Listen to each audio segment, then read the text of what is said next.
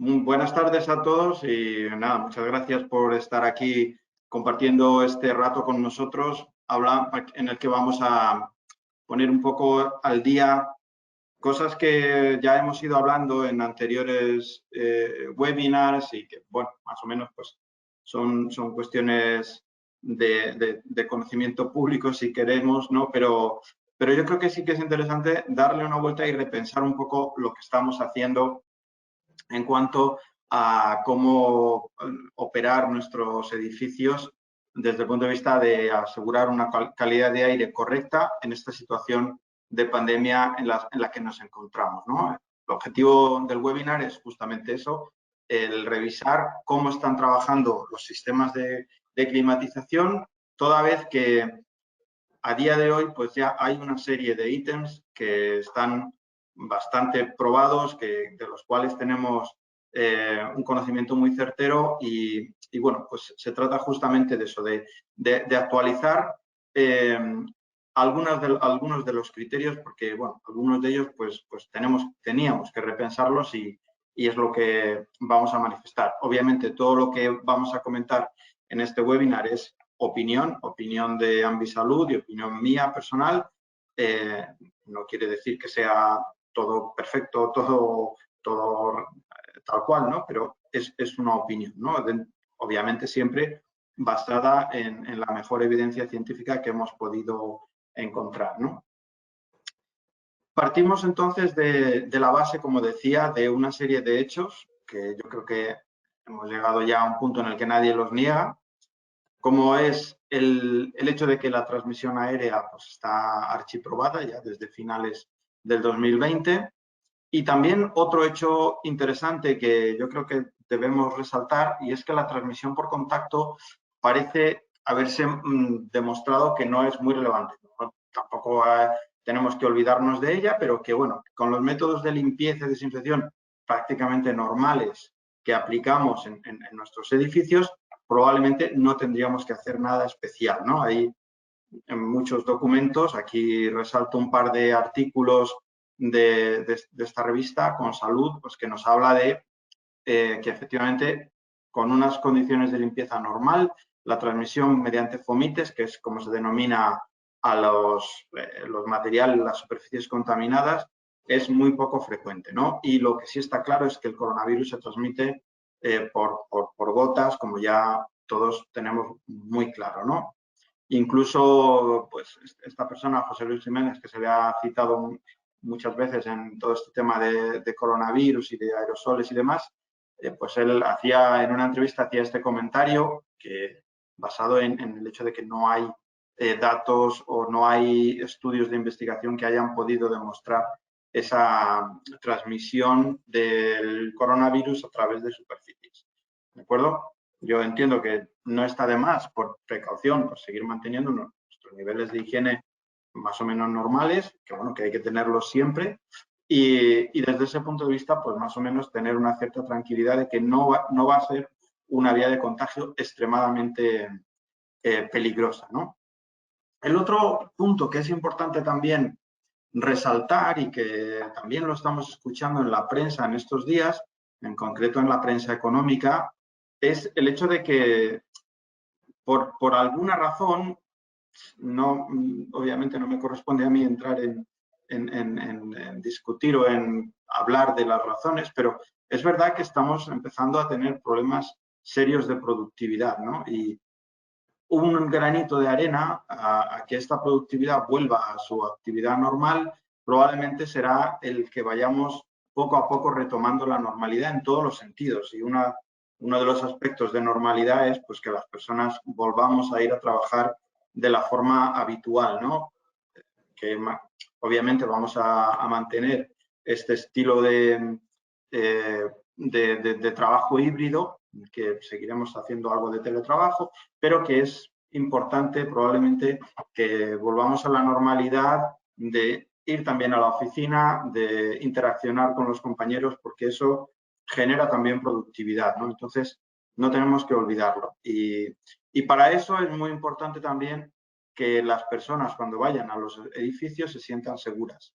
Y una de las patas, vamos a llamarlo así, de la seguridad viene por el hecho de que tengamos buenas condiciones ambientales en los edificios.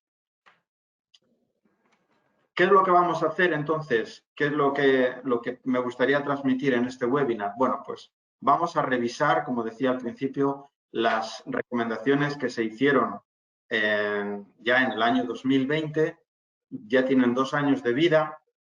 Nuestra situación actual no es la que hemos vivido en los momentos de pandemia más críticos.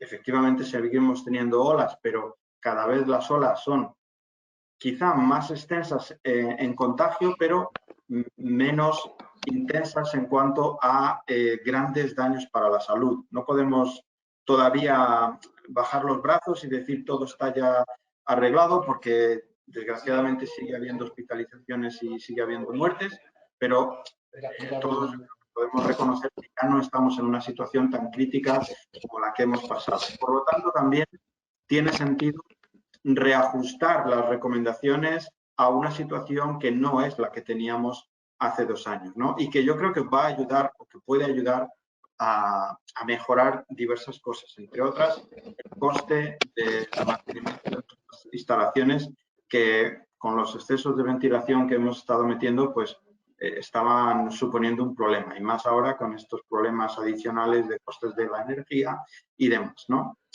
Entonces, bueno, vamos a insistir un poco más en lo que yo tengo aquí marcado en rojo, todo lo que tiene que ver con la ventilación y la filtración y purificación del aire, porque todo lo demás realmente podemos casi pasarlo de manera tangencial, porque muchas de estas recomendaciones a día de hoy pues probablemente han perdido peso, ¿no? Entonces, les pegamos un repasito a todas estas y luego incidimos más en ventilación y purificación, que yo creo que son las más relevantes. En recuperación de calor y recirculación, pues al principio de la pandemia se recomendaba no recircular, se recomendaba parar los recuperadores de calor. Yo creo que a día de hoy, que no estamos en esa situación tan crítica y que, sobre todo, en aquellas instalaciones que dispongan de unos buenos filtros de calidad de F9, el recircular una pequeña parte, bien sea porque el sistema exige recirculación o la pequeñísima porción que pudiera infiltrarse en un sistema con recuperación de calor, es perfectamente asumible por el sistema. Una instalación de flujos cruzados como la que vemos aquí puede perder menos de un 5%. Si ese 5% de retorno de recirculación lo pasamos además a través de un filtro F9, no vamos a estar metiendo un problema grave en absoluto, y sobre todo teniendo en cuenta que estamos diluyéndolo con una gran cantidad de aire exterior, ¿no? Entonces, probablemente a día de hoy no se justifica.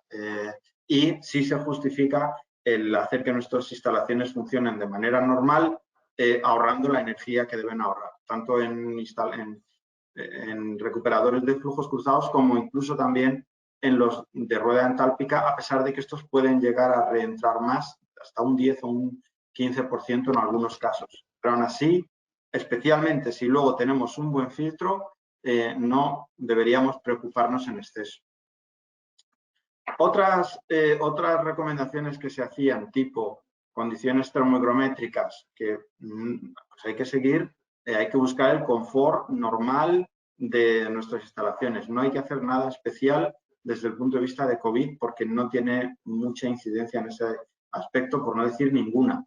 Las extracciones de aseos se han estado trabajando 24 horas al día. La vía de transmisión por fecal tampoco se ha demostrado que sea especialmente peligrosa. Entonces, yo, desde mi punto de vista, recomendaría que vayamos a los horarios normales de extracción de aseos, cuando están siendo utilizados, un poco antes, para que cuando lleguen los usuarios aquello se encuentre bien ventilado, y poco más. En cuanto a higiene de sistemas, cambios de filtros y demás, pues seguir el mantenimiento normal. Quizá los filtros con un poquito más de precaución, pero poco más. El funcionamiento de unidades fan coils y demás, dejemos trabajar normal las instalaciones. No van a tener un gran impacto.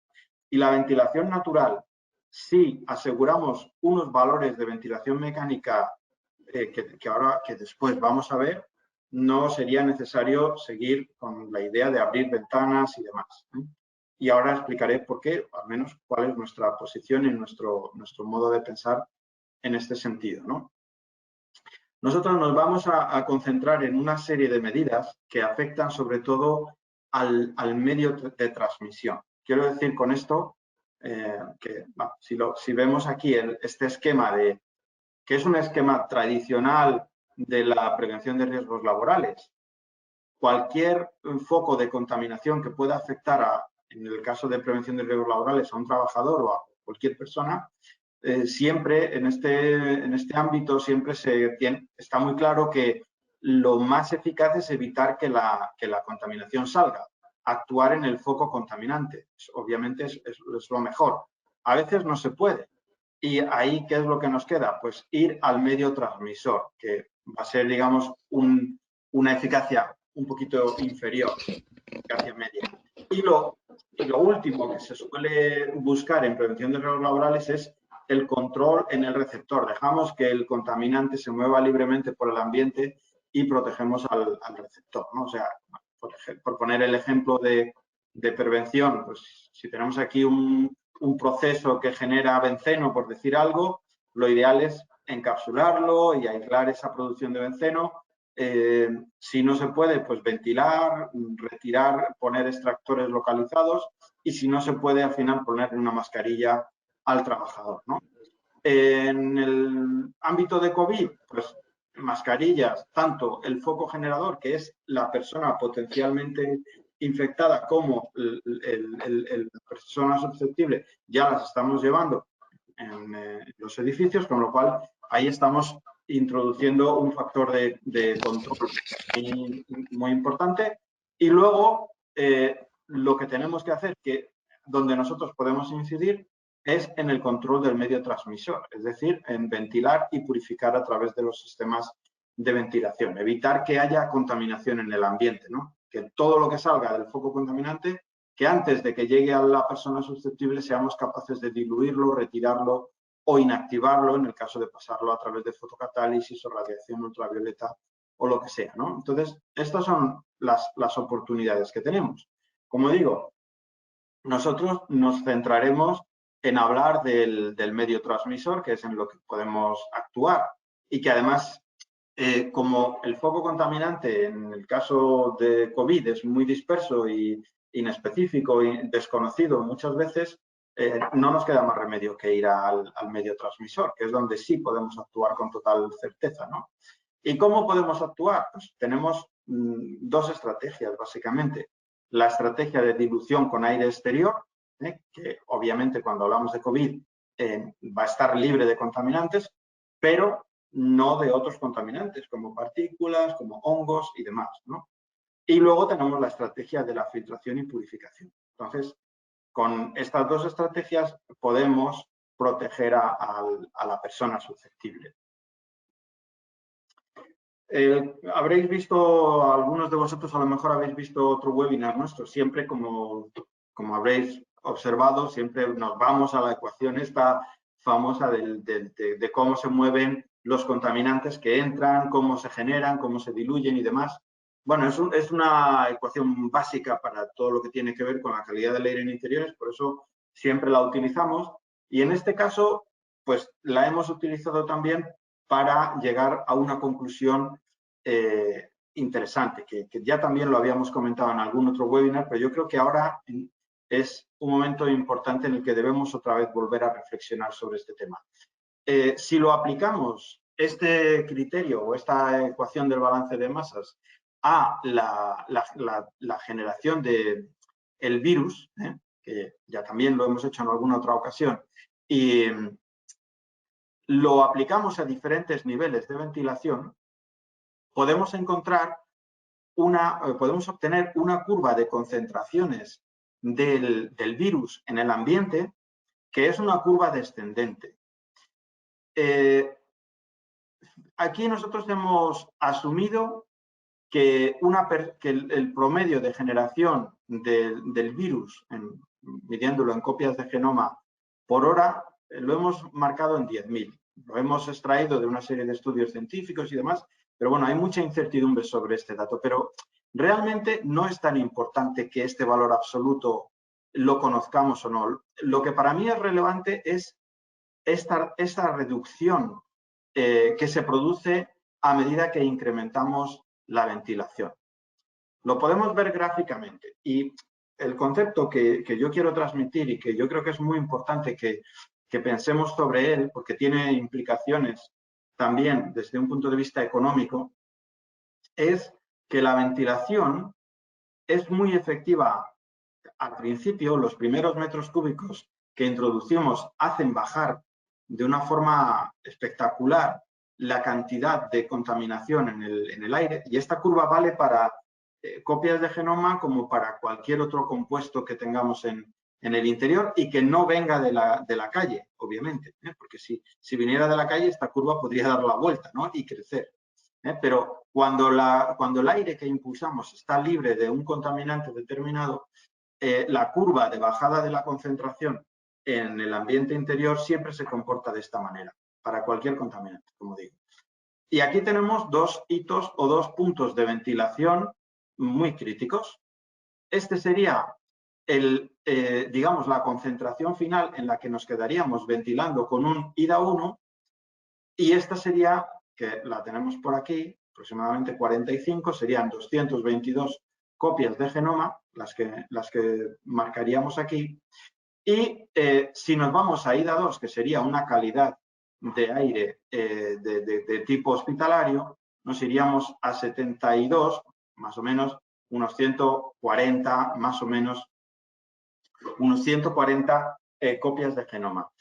Si no ventiláramos, nos iríamos rápidamente por encima de 2.000. Es decir, que al meter ventilación somos capaces de rebajar en un 90% ese residual de concentración del virus, que, repito, no me importa el valor absoluto, lo que me importa es que en valor relativo soy capaz de rebajar casi a un 90% metiendo estas tasas de ventilación. Y la segunda conclusión muy importante es que por encima de estos 70 metros cúbicos hora, la bajada que obtengo es prácticamente insignificante. Y luego veremos que el coste de ventilar sí que se incrementa de forma lineal.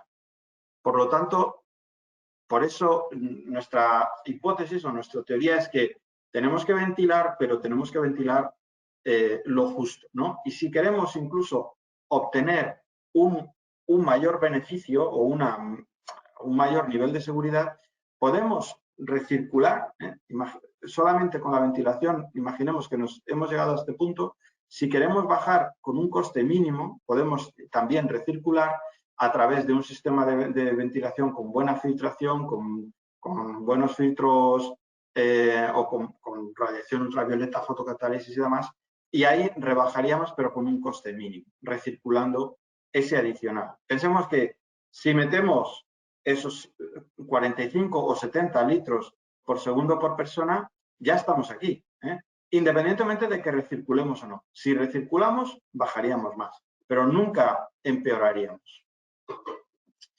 Hay otro documento, otro estudio también muy interesante que cayó en nuestras manos, y que lo que hizo fue, o lo que ha hecho ha sido establecer una relación entre la concentración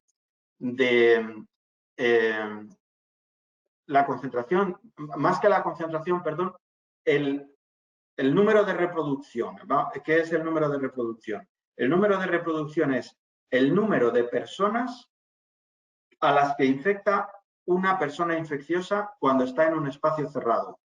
Y esto ellos lo relacionaban con la concentración de dióxido de carbono.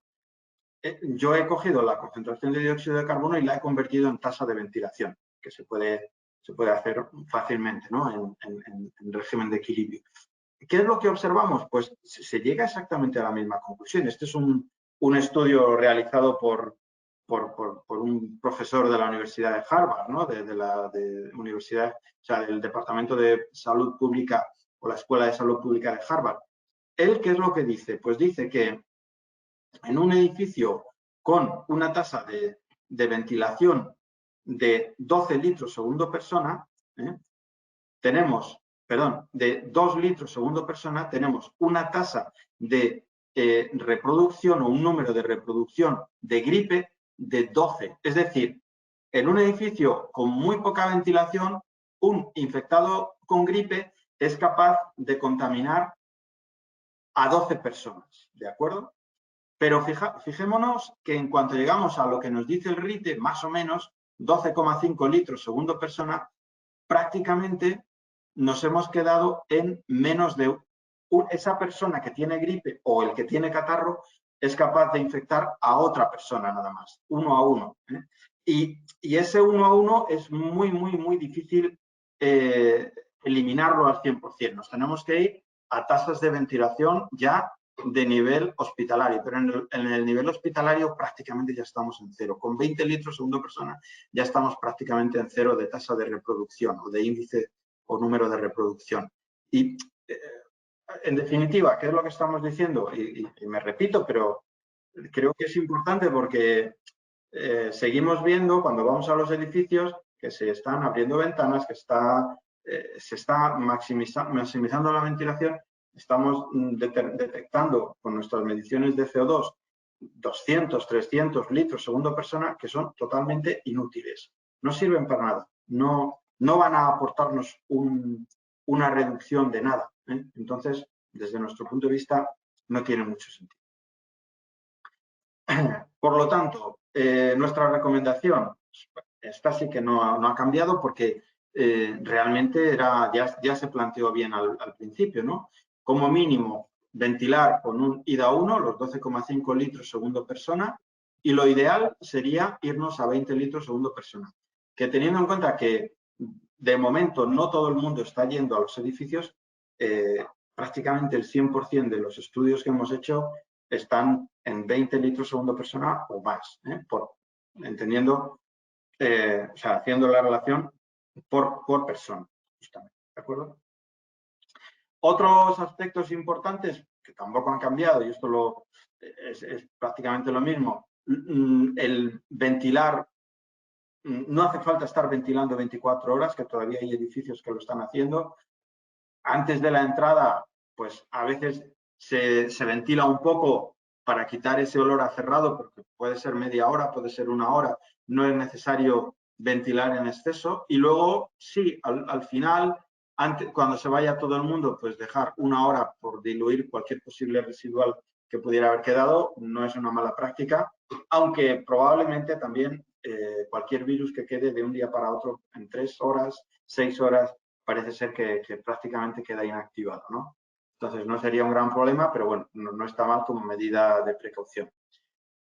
Aparte de que luego se puedan incrementar las ventilaciones pues en épocas de mucho calor con ventilación nocturna y tener cuidados con reentrada y este tipo de cuestiones, ¿no? Otro aspecto también que yo creo que es importante reflexionar sobre él es el cómo valorar la ventilación. Y bueno, quizás es un tema muy técnico, pero que yo creo que es bueno que reflexionemos sobre él porque estamos hablando mucho, estamos oyendo mucho de, bueno, que se están vendiendo los equipos para medir el CO2 y, venga, pongamos el CO2 y si estamos por debajo de tanto, ya todo correcto, etcétera, ¿no? Y yo creo que quizá estamos banalizando un aspecto que no es tan obvio y no es tan sencillo. Conviene, por lo tanto, darle una mínima reflexión. Cuando hablamos de la ventilación, hay varias formas de valorarlo, ¿no? Tenemos la tradicional, que es lo que nos dice el RITE, del X litros segundo persona o metros cúbicos por hora por persona. Hay otra opción que es hablar en términos de renovaciones por hora, es decir, si yo meto 1000 metros cúbicos a la hora en un recinto de 100 metros cúbicos, pues lo que estoy consiguiendo son 10 renovaciones a la hora, ¿no? Dividimos caudal y volumen y con esto tenemos la tasa de renovación. Y la otra opción es a través del CO2, que es lo que hemos estado oyendo durante este año. Pero es que cada una de estas tiene sus peculiaridades, ¿no? Desde mi punto de vista, lo mejor sería irnos a determinar número de renovaciones por hora. ¿Por qué? Pues por una razón importante y lo podemos ilustrar con este ejemplo. Una oficina tiene en promedio, puede ser variada, pero bueno, es bastante normal que tengamos del orden de 10 metros cuadrados por persona. Con 2,7 metros de altura, lo que tenemos son 27 metros cúbicos por persona. Si hablamos en términos de metros cúbicos hora persona y estamos metiendo 12,5 litros segundo persona o 45 metros cúbicos hora como pide el RITE, dividiendo este caudal RITE obtenemos 1,7 renovaciones a la hora. Claro, si esto lo comparamos con un aula, por ejemplo, de una escuela, en el que en una superficie de 50 metros cuadrados meten a 25 niños, más profesor, o incluido el profesor, claro, ya no tiene nada que ver. Ahí lo que tenemos son 5,4 metros cúbicos por persona. Si nos vamos a meter 12,5 litros segundo persona, lo que estamos haciendo es meter 8,3 renovaciones. Estamos dándole una ventilación muy superior a la que le estaríamos dando a una oficina. ¿Es necesario? Pues hay otra componente, ¿no? Y es que al meter mucha gente en un sitio muy cerrado, es verdad que están más cerca y que deberíamos tener un poco más de ventilación. Pero quizá pasar de 1,7 a 8,3, pues no deja de ser excesivo. En la práctica hay poquísimas escuelas que hayan metido esos 12,5 litros segundo persona, porque incluso técnicamente y prácticamente es difícil de conseguir, ¿no? Entonces, quizás simplemente metiendo 6 litros segundo persona obtenemos 4 renovaciones por hora, que ya está incluso duplicando lo que nos dice el RITE para una oficina, y al final las renovaciones hora tienen otro elemento que podemos utilizar como comparación, que es, a ver, si yo cambio el aire de un espacio cerrado 2,7 veces cada hora, eso quiere decir que una hipotética partícula contaminante estará en promedio 22 minutos en suspensión. Entonces, al final, esto es uno de los aspectos críticos. ¿Cómo es, que se suele hablar en estos términos, cuál es la edad del aire dentro de un espacio cerrado? Si podemos conseguir edades del aire similares en entornos con diferentes volúmenes por persona, pues podemos obtener unos niveles de seguridad muy parecidos, ¿no? Y esto pensemos que puede ocurrir exactamente igual en un centro comercial, donde tenemos unos volúmenes muy altos y estamos también yéndonos a justamente lo que pide el RITE. Afortunadamente ahí se rebaja un poco. ¿Por qué? Porque tenemos una capacidad de dilución con el aire interior que ya nos permite dar una cierta seguridad, ¿no? Simplemente reflexionar sobre estos temas porque al final, cuando hablamos del CO2 y se están poniendo muchos medidores de CO2 en las aulas y demás, pues hacemos café para todos, como yo digo, ¿no? Y sin embargo, fijémonos que con estos 20 minutos de retención, que son equivalentes para ambos, un aula podría alcanzar 1.500 ppm de CO2 y no sería un gran problema, no tendría que ser un gran problema. Mientras que en una oficina la referencia serían 500. Es decir, que no necesariamente tenemos que poner exactamente el mismo nivel de CO2 en todos los espacios, ¿no? Sino que tenemos capacidad para ajustarlo en función también del volumen por persona, ¿no? Esto que estábamos comentando se refiere al pico. Estos 1.500 son el pico, es decir, en régimen, cuando llegamos a este punto, ¿cuál es el nivel máximo alcanzado? En realidad, el trabajar con este punto de pico no es lo más adecuado, porque este pico durante el día a lo mejor ocurre, qué sé yo, 20, 30 minutos, pero a lo largo de la jornada tenemos un valor promedio que es realmente el que más nos debería preocupar. Tenemos que trabajar en términos de cuál va a ser la exposición diaria de un contaminante determinado a lo largo de la jornada de las personas que estén en ese espacio, ¿de acuerdo? No tanto el obsesionarnos con los picos, que tal como se está trabajando ahora con el CO2, estamos muy en esa línea, de decir, bueno, yo pongo un cacharrito que me mide en tiempo real y cuando llega aquí me tiro de los pelos y me pongo muy nervioso y todo el mundo fuera. Pues a lo mejor no es esa la estrategia más correcta, ¿no? Tenemos que pensar y analizar muy bien todas estas implicaciones.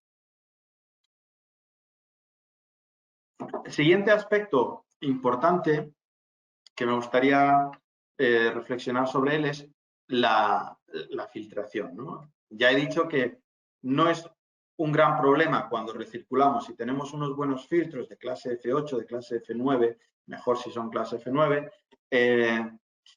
pues vamos a ser capaces de retener una gran parte de la contaminación. Por ejemplo, un F9 es capaz de retener el 80% de las partículas de una micra y la partícula infectiva promedio de COVID anda entre 4 y 5 micras, que prácticamente retenemos el 99%, ¿no?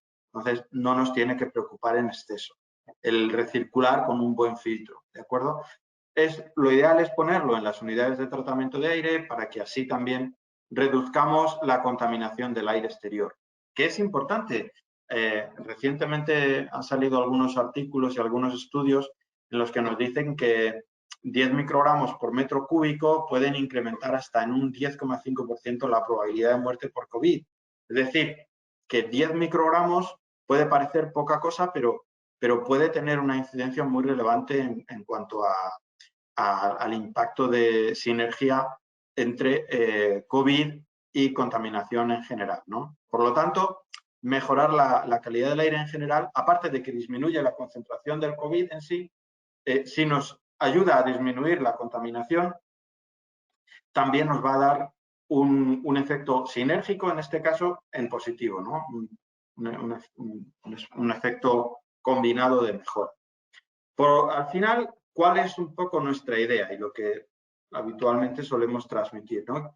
Que quizá lo ideal es buscar una estrategia combinada de dilución con aire exterior.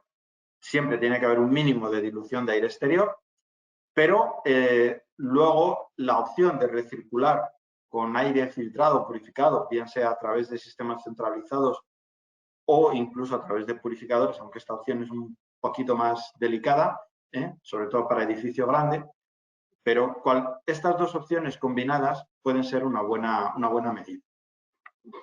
Aquí pongo una comparativa, que la hemos hecho con simulación, pero con datos reales de contaminación exterior e interior que extraemos de las mediciones de calidad de aire que solemos hacer en los edificios.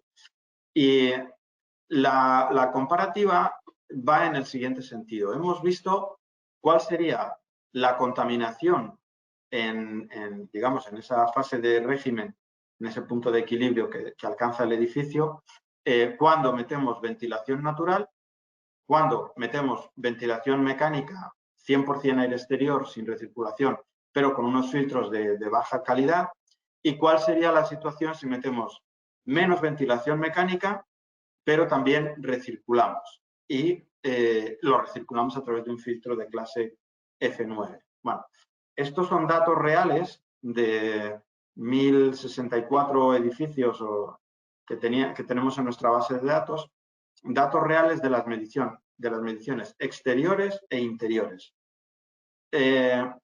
Como decía, por ejemplo, las partículas pasan de un promedio de 30,7 en el exterior a 12,8.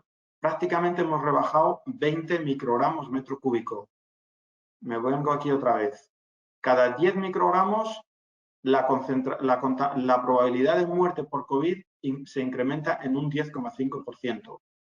Si estamos en un espacio interior que, gracias a que tenemos unos buenos filtros y demás, le rebajamos la contaminación en cerca de 20 microgramos, estamos ayudando a que esa probabilidad de muerte disminuya, ¿no? Y ese efecto, ya no solo la probabilidad de muerte, sino probablemente la incidencia del COVID pues puede verse afectada. Probablemente, eso no se ha estudiado y no se ha probado científicamente, pero podría resultar razonable de acuerdo a lo que sabemos en cuanto a disminución del riesgo de muerte, ¿no?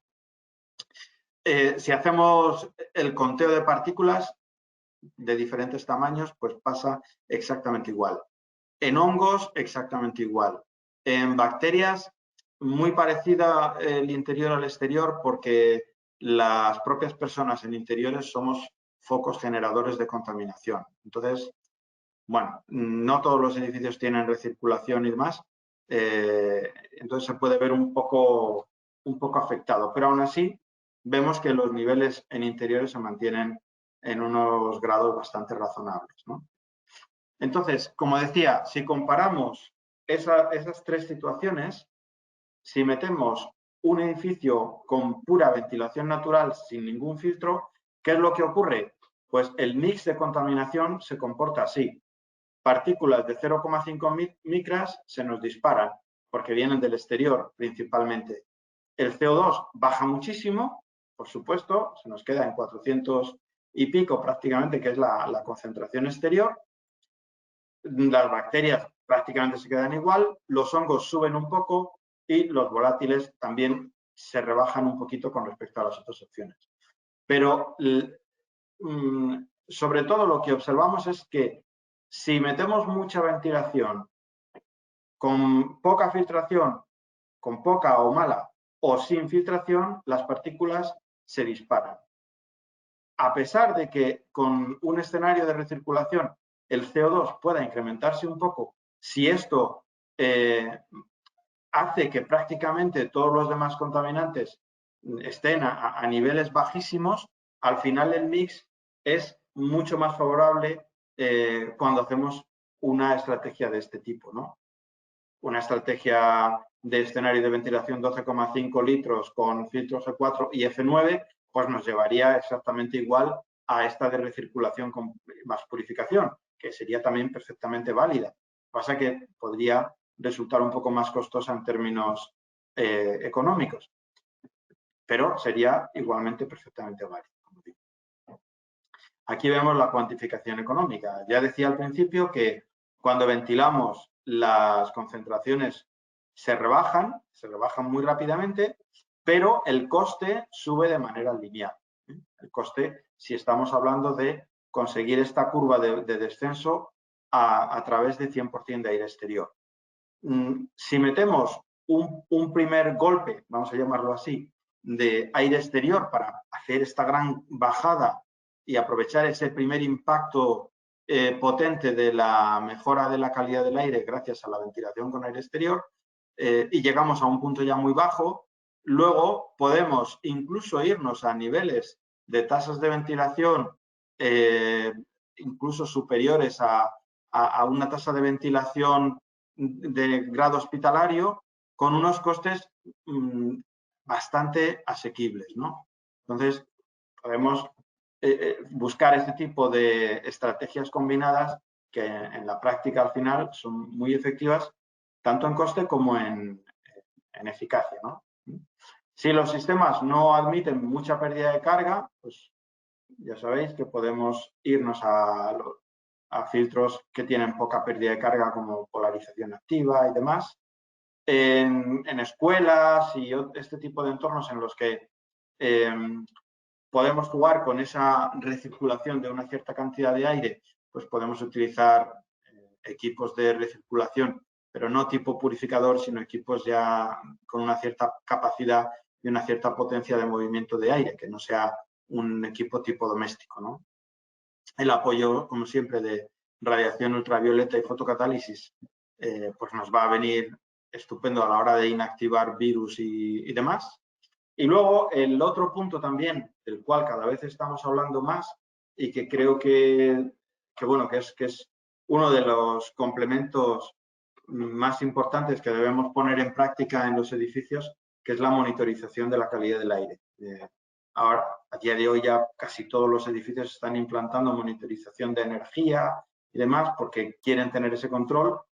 En caso de calidad de aire es exactamente igual. Si queremos controlar, tenemos que conocer y para conocer pues tenemos que medir.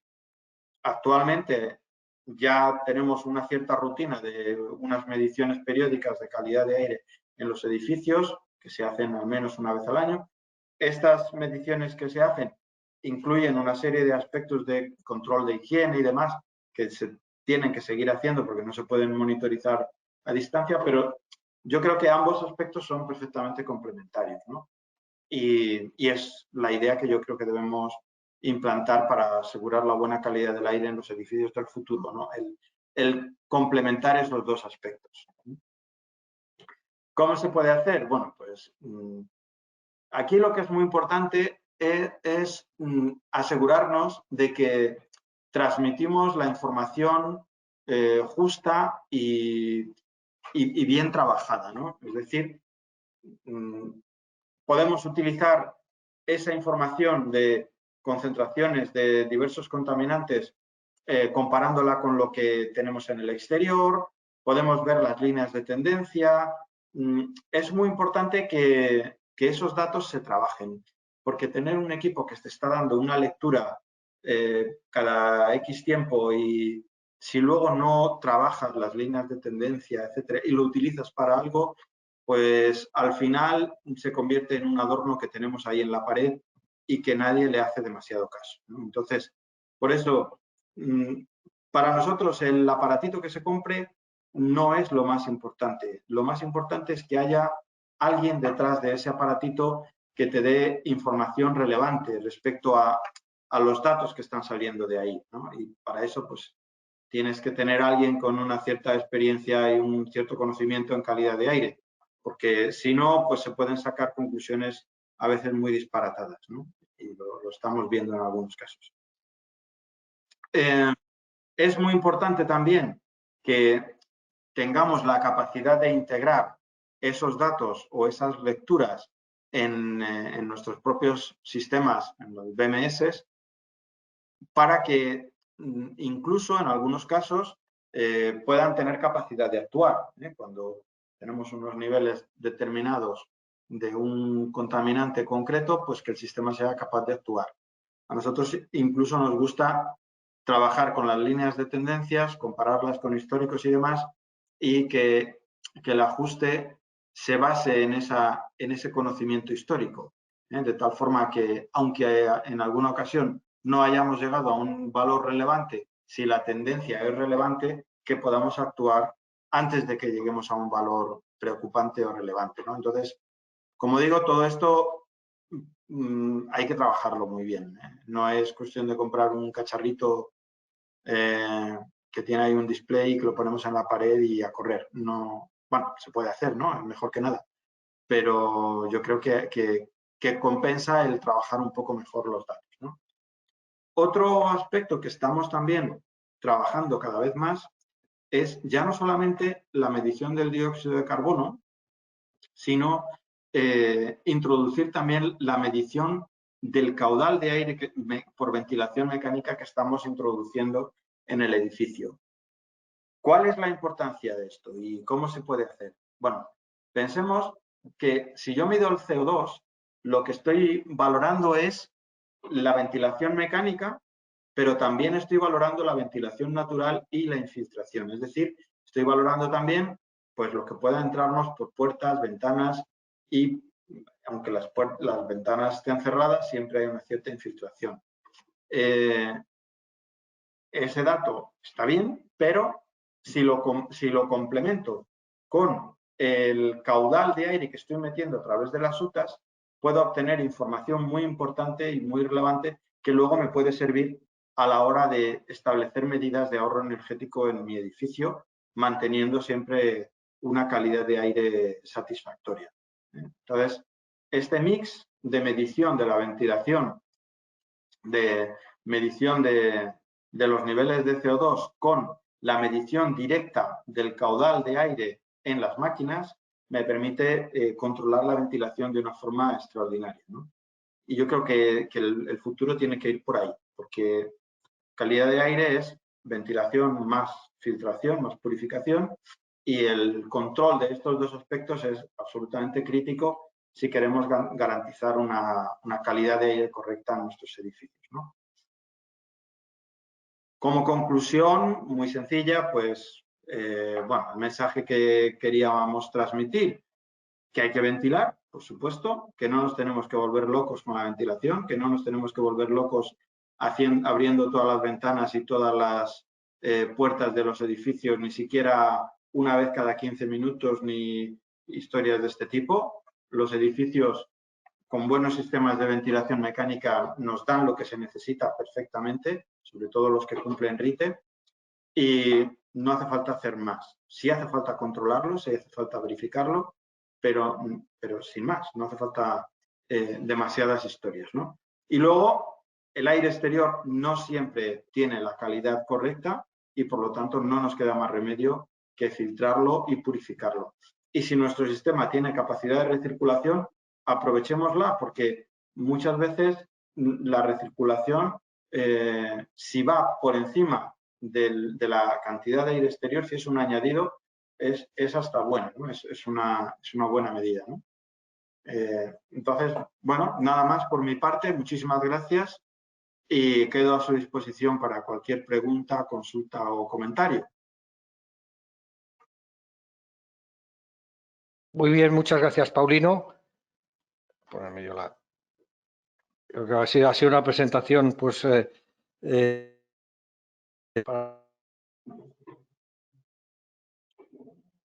Te perdemos, Poli. A ver ahora. Hola, hola. ¿Se me oye ahora? Vale. Sí, sí, se te oye. Vale, es que estoy teniendo aquí como una especie de poltergeist hoy. Bueno, y vamos a abrir el turno de ruegos y preguntas. Como ya saben, pues las pueden enviar por escrito y si no, pues las damos pasos. Pero un momento, voy a ir al panel de preguntas.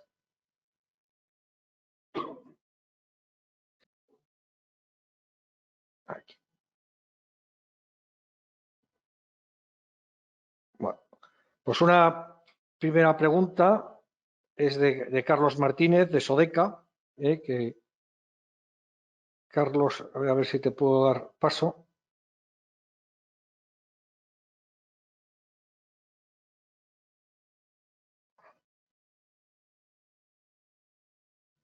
No sé por qué estoy teniendo... Ahí. Hola, Carlos, ¿cómo estás? Buenas tardes. Bueno, no sé si nos oye, pues la voy a leer. Actualmente, en restaurantes y bares, la parte pues están encuadrados en locales de IDA 3, según el RITE. Y lógicamente con requerimientos menores de calidad de aire que las oficinas, por ejemplo. ¿Qué es, Paulino, en tu opinión, que el RITE, en este caso, subestima de alguna manera el peligro de contaminación microbiológica en factor del tiempo de permanencia en estos espacios interiores? Bueno, saludar a Carlos y gracias por tu pregunta. Pues la verdad es que no estoy seguro y, bueno, no quiero tampoco echar leña al fuego, pero no estoy seguro de que la inmensa mayoría de los bares y restaurantes pues cumplan algunos criterios, ¿no? Probablemente por la densidad de ocupación pasa algo parecido a lo que pasa con las escuelas, es decir, no hace falta que tengamos una tasa de ventilación como la de una oficina, se podría disminuir un poquito, pero no he hecho ninguna simulación específica con el valor de RITE, pero bueno, es muy posible que si se cumple exactamente RITE no estemos tan mal, sobre todo también teniendo en cuenta que en los bares y restaurantes también hay una cosa buena y es que hay mucha ventilación natural y suelen tener sus equipos extractores y demás. Por lo tanto, yo diría que si se cumple el RITE, probablemente tendría que hacer simulaciones, pero así a priori, a bote pronto, probablemente no sería tan negativo, siempre y cuando se cumpla esos criterios mínimos de RITE, y teniendo en cuenta que hay un extra por ventilación natural, de apertura de puertas periódicas, constante casi, y demás, ¿no? sea que no me preocuparía en exceso. Muchas gracias. Tenemos otra pregunta de Héctor Ulloa, desde Santiago de Chile, y bueno, pues la voy a leer. Muchas gracias, excelente presentación. Y dice, en Santiago de Chile hay promedios de PM2,5 de 28 gramos por metro cúbico, y por ingresar desde el aire, ingresar aire desde el exterior soluciona la transmisión por COVID, pero aumenta el riesgo de enfermedades cardiovasculares. Dice, los administradores de los edificios se niegan a usar mejores filtros porque baja la capacidad de ventilación. ¿Qué hacer? Claro, bueno, ahí lo que comentaba anteriormente, ¿no? Baja la capacidad de ventilación si no modificas tu instalación. Si tú cambias el punto de trabajo del ventilador o cambias el ventilador, siempre y cuando la red de conductos te admita, ¿no? A ver, tú tienes que redimensionar y reajustar tu instalación si quieres poner un filtro F9 estándar. Otra opción son los, como comentaba, filtros de polarización activa que te permiten unas tasas de filtración de clases cercanas a F8 y F9 y tienen unas pérdidas de carga muy limitadas, ¿no? Entonces, ahí la tecnología existe para solucionar ese tipo de problemáticas. Bueno, tenemos otra pregunta de Francisco Javier Moya. Voy a ver si le puedo dar paso. No, no está. La leo. En el Plan Estratégico de Salud y Medio Ambiente, el PESMA, se habla de crear y proteger la salud de la población frente a los efectos adversos derivados de la mala calidad ambiental interior. Dice, ¿creéis que de la mano del RITE o en su fase 2 o en el PESMA, abordará el tema de monitorizar parámetros relacionados con la calidad del aire interior, como CO2, POX, PM2,5, etcétera? Perdóname, Poli, ¿quién hace la pregunta? Sí, Javier Moya. ¿Dice de dónde es? De Audin Control. A ver si... Sí, bueno, en estos días de atrás, bueno, antes de Navidades, tuvimos algún contacto con el Ministerio de Sanidad e incluso ellos participaron cuando celebramos el Día Mundial de la Calidad del Aire Interior, el 1 de diciembre, y ellos sí hablaban de que tienen varias iniciativas a través del de un plan estratégico de salud que incluye un capítulo de calidad de aire en interiores y tienen idea de alguna forma desarrollar alguna normativa específica sobre calidad de aire desde un punto de vista más de salud, ¿no? A día de hoy tenemos el RITE y el RITE sí que nos dice que como mínimo hay que, una vez al año, pues como mínimo hay que medir una serie de parámetros y hay que hacer una serie de inspecciones. Bueno, eso ya es algo. La principal carencia de esta situación es que no hay una supervisión de que eso se haga y de que se haga bien, pero bueno, probablemente en estas nuevas fases de RITE, nosotros a través de FDCAI pues damos también aportamos un poco nuestro granito de arena y esperemos que se mejore un poco la situación, ¿no? Aunque si nos comparamos con países de nuestro entorno, no estamos tan mal. Tenemos los niveles de ventilación en España son muy superiores a muchos otros países, ¿eh? Y, en fin, no tenemos una calidad de aire interior especialmente mala comparativamente hablando. Como todo, siempre mejorable, por supuesto. Muy bien. Otra pregunta es de José María Martínez Rodríguez, de Fulton. Buenas tardes. Se comenta que el tratamiento del aire con filtros con lámparas ultravioleta y, bueno, desea consultar si es efectiva o no la utilización de dispositivos de ionización y ionizantes para virus como el del tipo del COVID.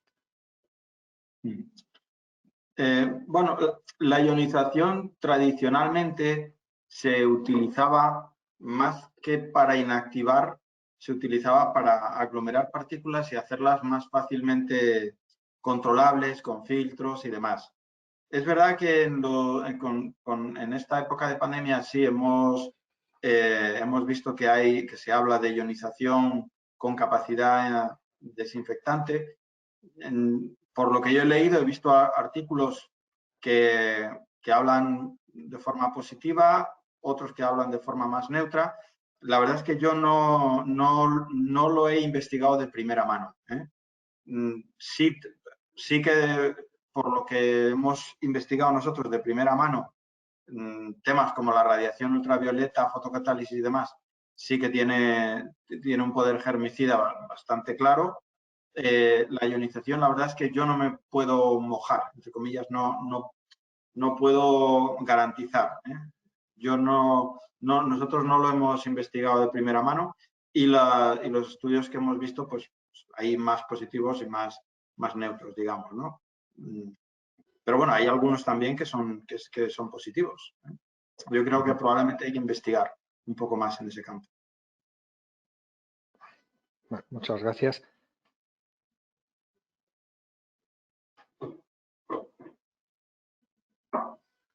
Aquí hay otra pregunta, es de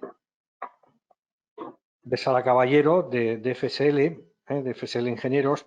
Dice, buenas tardes, ¿se podría justificar de alguna forma frente al RITE ventilar en aulas teniendo en cuenta, como mencionas, la edad del aire en un entorno cerrado y ventilar según el número de ventilaciones horas en las aulas y no por metro cúbico hora por persona?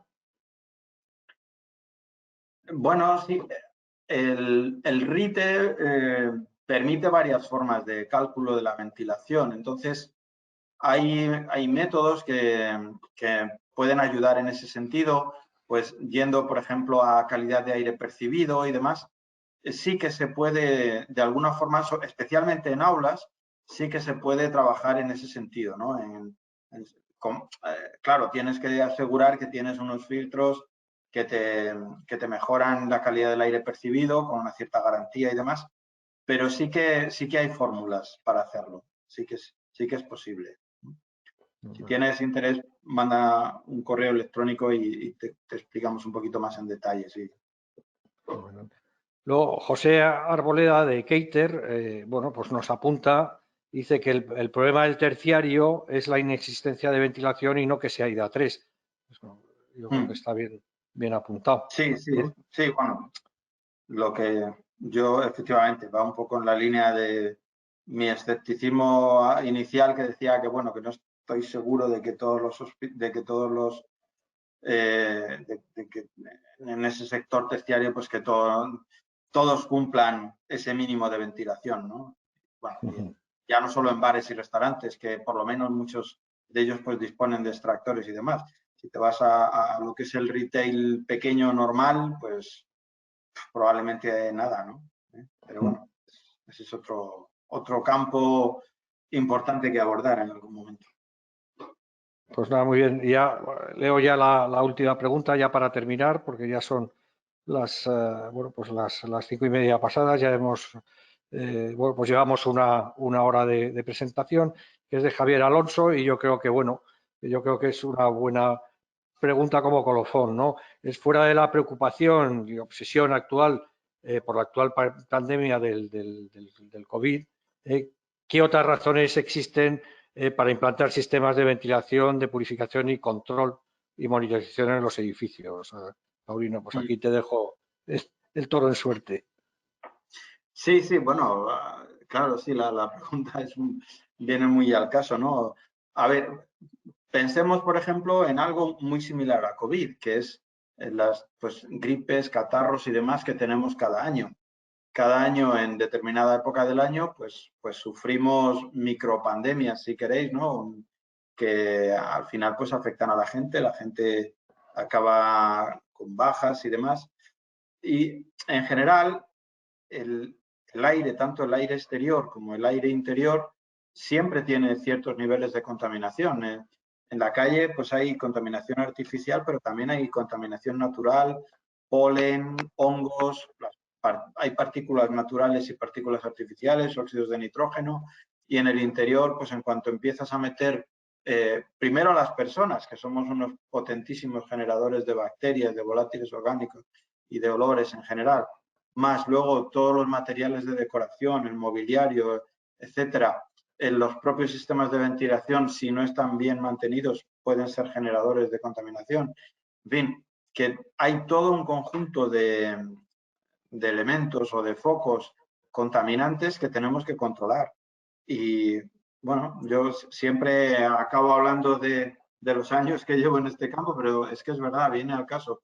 En los años 90 entrabas en un edificio, abrías los conductos y mirabas los climatizadores y te caías para atrás, ¿no? Del olor y de la contaminación que había allí.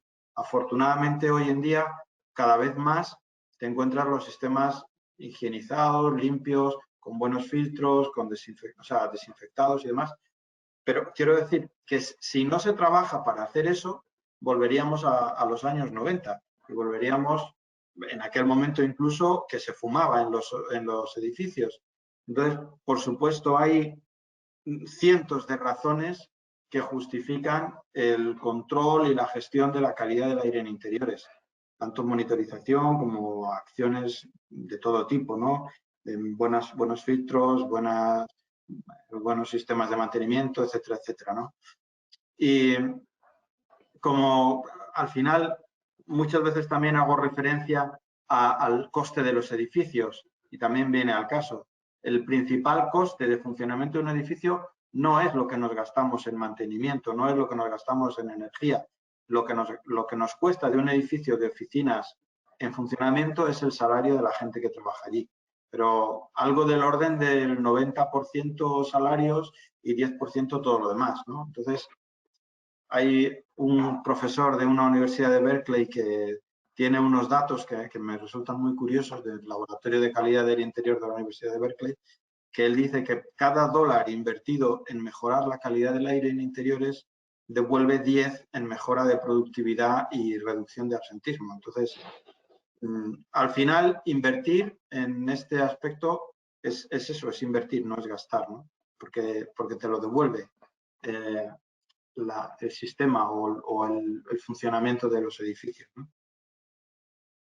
Muy bien, pues llegamos aquí, bueno, pues dar las gracias a todos, estamos ya fuera de tiempo, pedir disculpas a aquellas otras que hay bastantes preguntas, pero que no, bueno, pues por falta de tiempo no podemos dar contestación. Sí contestaremos por mail o bueno, tanto Paulino como yo estamos a su disposición. Sí, también un poco pues recordarles o decirles que bueno, pues Paulino, no sé si se ve bien, todo este documento, presentación, está refrendada en un documento que es ventilación y purificación del aire interior, elaborado por Amisalud, que bueno, que junto con el vídeo pues se lo enviaremos a todos ustedes. Y bueno, pues yo creo que sin más agradecer a Paulino y agradecerles a todos ustedes por su presencia y muchísimas gracias. Muy bien, pues muchísimas gracias a todos. Hasta luego, muchas gracias. Adiós.